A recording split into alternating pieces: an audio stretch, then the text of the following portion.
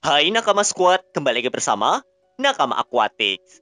Ikan pertama kali muncul di dunia sekitar 420 juta tahun yang lalu. Bentuknya aneh banget, karena ya jauhlah dengan ichthyofauna yang eksis di zaman modern saat ini.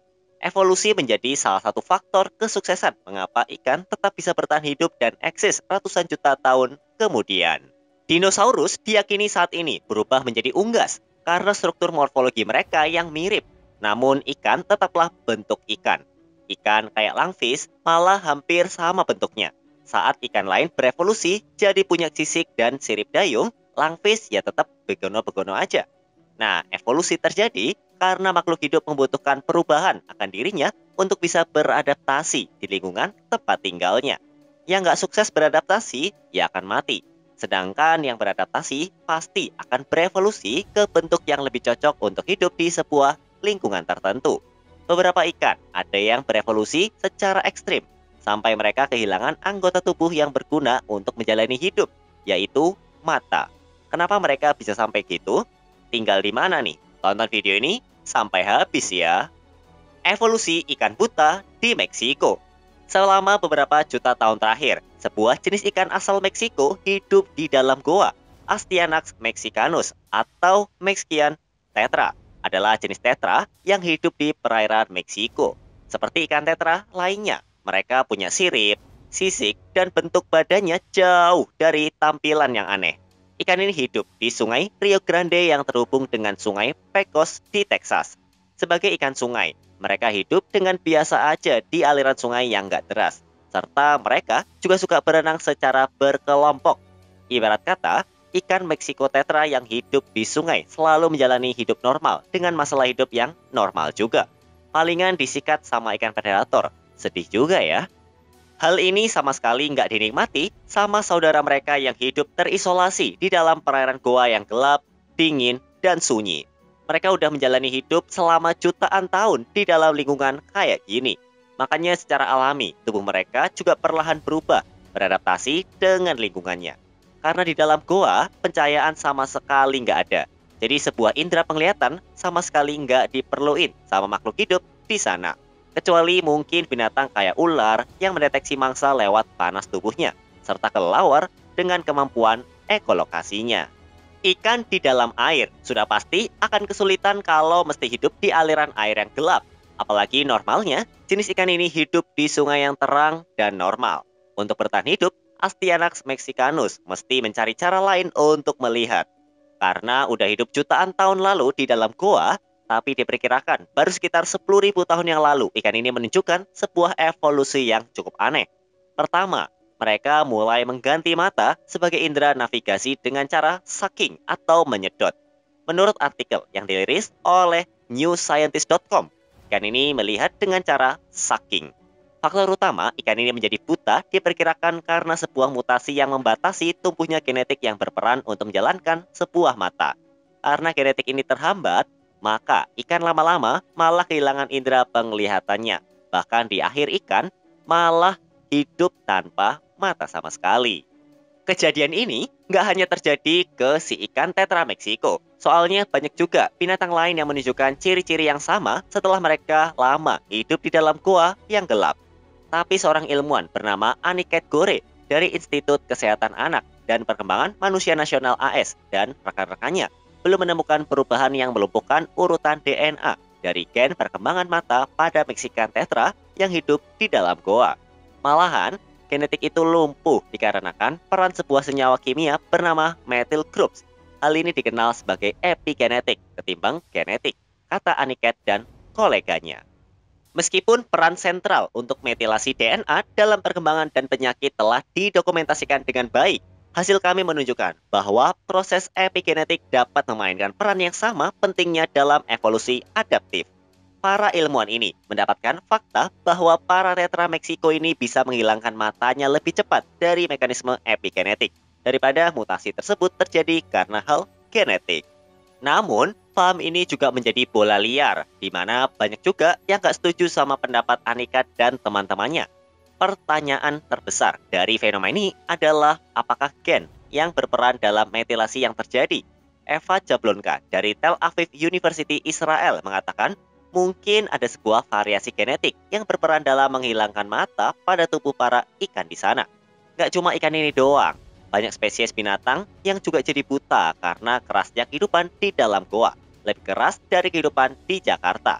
The Om merupakan spesies salamander berbentuk aneh yang juga hidup di dalam goa walau bukan di Meksiko. Sama kayak ikan-ikan Tetra Meksiko, si Om ini juga nggak punya mata dan kehilangan pigmentasi di kulitnya. Jadi warna mereka cenderung putih pucat. Bentuk badannya juga panjang kayak cacing dan ular. Sangat berbeda ketimbang salamander lainnya yang mirip kadal. Mereka hidup di goa yang terletak di negara Slovenia dan Kroasia. Mereka udah hidup sangat lama di dalam goa, sampai penglihatan hewan ini juga hilang dan menjadi buta. Walau tinggal dalam kedamaian selama bertahun-tahun di dalam goa, ada sebuah ancaman yang bisa mengancam populasi hewan ini. Sebuah senyawa kimia yang secara nggak diketahui bisa masuk ke dalam perairan goa menjadi momok yang bikin populasi mereka terancam. Belum lagi, ketertarikan para pedagang hewan eksotis di pasar gelap yang pasti mengincar hewan aneh ini sebagai bahan buruan.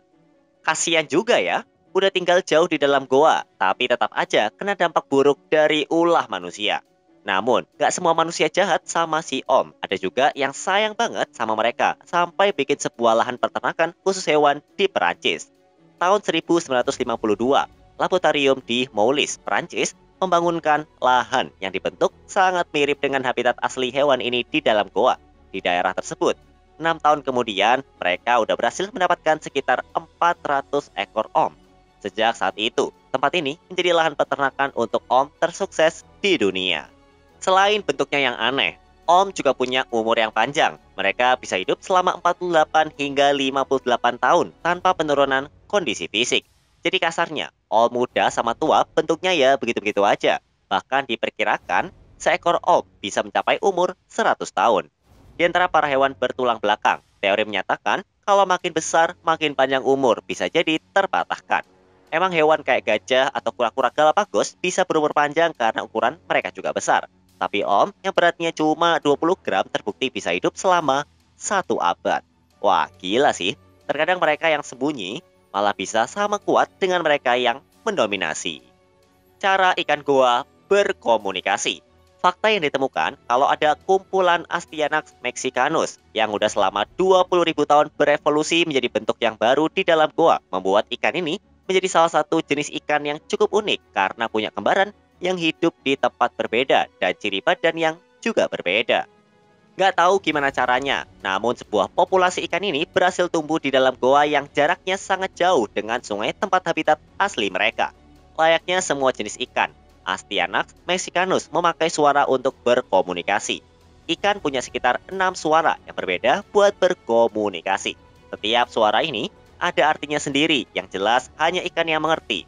Nah, suara dihasilkan kayak kamu kalau tepuk tangan nih, yaitu dengan ikan menggerakkan siripnya.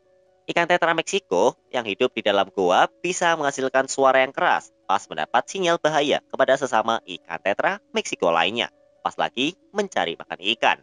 Nah, seekor ilmuwan bernama Carole Hickchinte mencoba mencari tahu apakah cara berkomunikasi ikan yang berbeda goa dengan cara serupa, bahasa serupa, dan aksen yang serupa juga.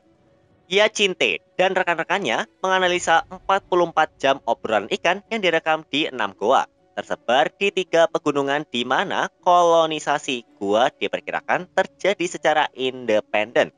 Tim berfokus pada suara klik dan klik berulang, dua suara yang paling umum digunakan. Nah, mereka membandingkan berbagai nilai akustik, termasuk panjang setiap klik, nada, dan tingkat di mana beberapa klik dihasilkan secara berurutan. Mereka menemukan beberapa variasi yang signifikan dan berbeda di antara goa-goa tersebut.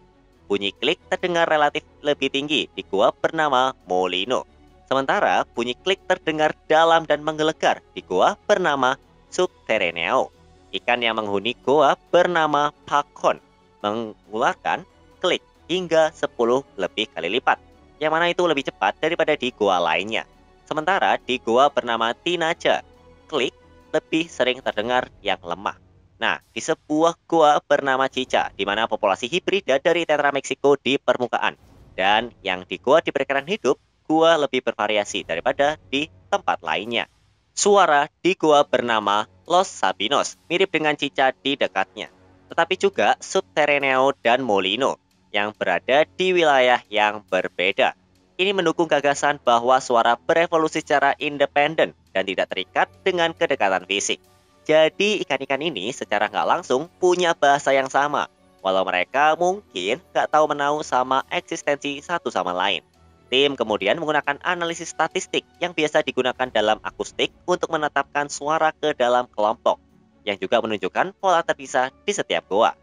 Suzanne McGough dari University of Minnesota mengatakan kalau ini adalah karya yang sangat menarik dan kreatif, walau dia sendiri gak terlibat dalam penelitian ini. Suzanne juga beranggapan penemuan ini akan jadi menarik karena dia penasaran apakah ikan ini di permukaan juga melakukan hal yang sama, yaitu melakukan pola dan bahasa komunikasi yang berbeda.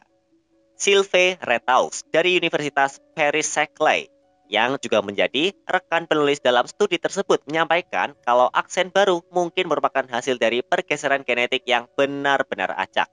Akhirnya, banyak yang berspekulasi kalau bentuk kesulitan komunikasi dapat berkontribusi pada pengkategorian.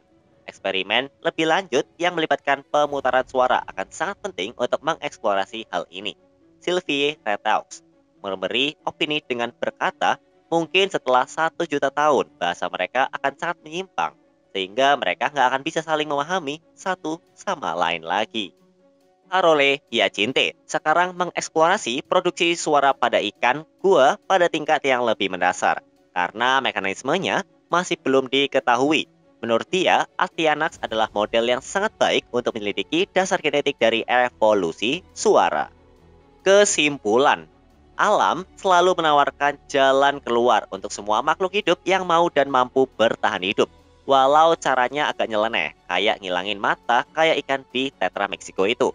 Namun nyatanya, hal itu malah menjadi anugerah karena kalau mereka punya mata, bakalan jadi percuma juga karena di dalam goa semuanya kelihatan gelap. Dari ikan Tetra Mexico, kamu bisa belajar kalau bisa melihat akan percuma. Kalau kamu nggak berani ngomong, maka sebelum terlambat, jangan sampai kamu cuma bisa ngelihat doi aja. Nyatakan perasaanmu. Ini bercanda doang ya. Nah, kalau menurut kamu bagaimana? Tulis di kolom komentar ya. Sampai jumpa di video-video Nakama Aquatics selanjutnya.